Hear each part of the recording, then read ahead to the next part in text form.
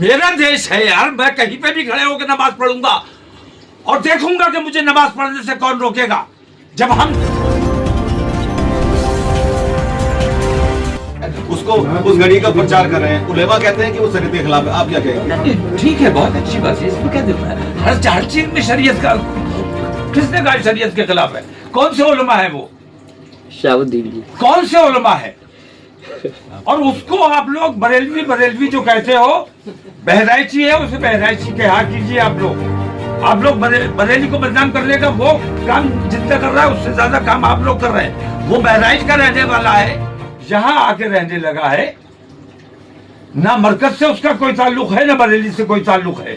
बरेली से उतना ही ताल्लुक है जितना बरेलियत में यकीन रखने वालों का ताल्लुक होता है। तो वो तमाम मुसलमानों का बरेलियत में यकीन है, तो किसी को बरेलवी कहना इसका मतलब ये कि वो बरेली वाला हो गया। तो वो बरेली का नाम बदनाम कर रहा है और हर मामले में शरीयत का इस्तेमाल। क्रिकेट कैसे खेला जाएगा, रोजा कैसे रखा जाएगा, ये बताने वाला तू कौन है? तुझे क्या इख्तियार है? ये तरीका फौरन बंद कर दो।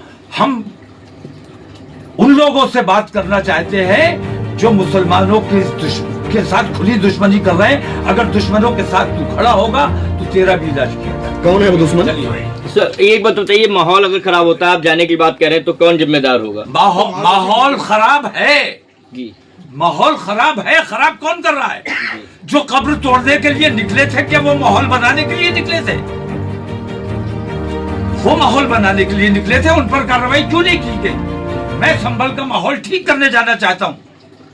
संभल में मैं आप लोगों से भी मुझे ये शिकायत है कि सीओ संभल ने ये कहा कि अच्छा वो बात सिर्फ संभल के लिए है, कानून व्यवस्था के लिए उन्होंने कहा भाई यहाँ का माहौल जरा तनावपूर्ण है, सड़क पे नमाज नहीं होगी। सड़क पे नमाज हमारी होती ही नहीं है। हमारी नमाज इमाम के पीछे होती है। अगर मस्जिद में जगह नहीं बची, हमें इमाम के पीछे नमाज पढ़नी है। अकेले नमाज नहीं पढ़ सकते, घर पे नमाज नहीं पढ़ सकते। ईद की और जुमे की नमाज मस्जिद में ही होगी और जमात के साथ नमाज पढ़ दे बाजमात, और वहां मस्जिद फुल हो चुकी है तो मुझे नमाज पढ़नी है। तो मैं अगर सड़क पे 2 मिनट के लिए 5 मिनट के लिए खड़ा हो गया, मेरा देश है यार, मैं कहीं पे भी खड़े होकर नमाज पढ़ूंगा और देखूंगा कि मुझे नमाज पढ़ने से कौन रोकेगा। जब हम तुम्हें पूजा करने से नहीं रोकते हैं, हम तुम्हारे रास्ते की रुकावट नहीं बनते हैं, तो हमारे मजहबी मामलात में मुदाखलत अगर करोगे तो फिर आप इसका जवाब दिया जाएगा। हमें नमाज पढ़ने से नहीं रोक सकते, हमारी मस्जिदों पर अब तुम बुलडोजर नहीं चला सकते। जो कुछ भी हुआ है आज तक तुमने जो किया है वो सरासर बेईमानी थी।